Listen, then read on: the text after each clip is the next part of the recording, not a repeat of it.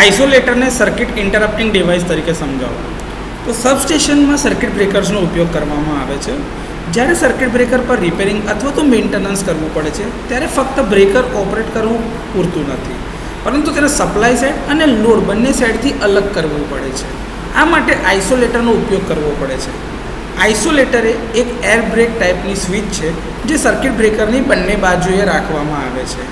Circuit બ્રેકરને open કર્યા પછી જ આઇસોલેટરને ઓપન કરવામાં આવે છે, જેથી સર્કિટ બ્રેકર બંને બાજુથી આઇસોલેટ થઈ જાય તો એના ઉપરનું મેન્ટેનન્સ સરળતાથી થઈ શકે. આઇસોલેટરના સંચાલનમાં એક મહત્ત્વપૂર્ણ મુદ્દો એ છે કે જ્યારે સર્કિટ બ્રેકર બંધ સ્થિતિમાં એટલે કે ક્લોઝમાં હોય ત્યારે તેને ખોલવું જોઈએ નહીં, કારણ કે જો આમ કરવામાં આવે તો આઇસોલેટરના કોન્ટેક્ટ્સ ઉપર આર્ક ઉત્પન્ન થાય છે, જેના પરિણામે આગ લાગી શકે છે. એટલે જ આઇસોલેટર જે છે એ ઓફ લોડ ડિવાઇસ છે, કારણ કે સર્કિટ બ્રેકર એકવાર ઓપન થઈ જાય એટલે કે લોડ છૂટો પડી ગયો તો હવે કોઈ હેવી કરંટ જશે નહીં, તો એ કેસમાં જ આઇસોલેટર ઓપન કરવામાં આવે છે. તો આ રીતે સર્કિટ ઇન્ટરપ્ટિંગ ડિવાઇસ તરીકે આપણે આઇસોલેટરનો ઉપયોગ કરીએ.